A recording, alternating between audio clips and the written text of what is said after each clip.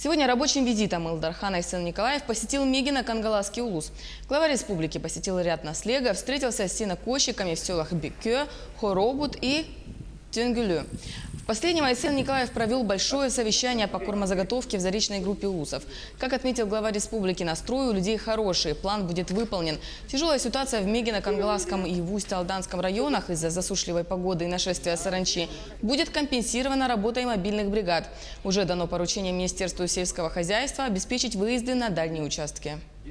Был очень большой заинтересованный разговор с главами районов заречных, руководителями сельхозпредприятий, наследов по вопросам вообще финансирования сельского хозяйства.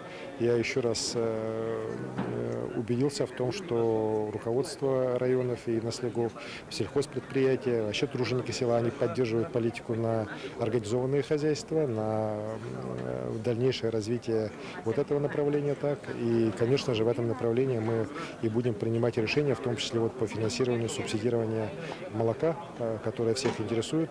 Уверен, что в течение ближайших 2 недель решение правительства, в том числе вот по итогам сегодняшнего совещания, будет принято.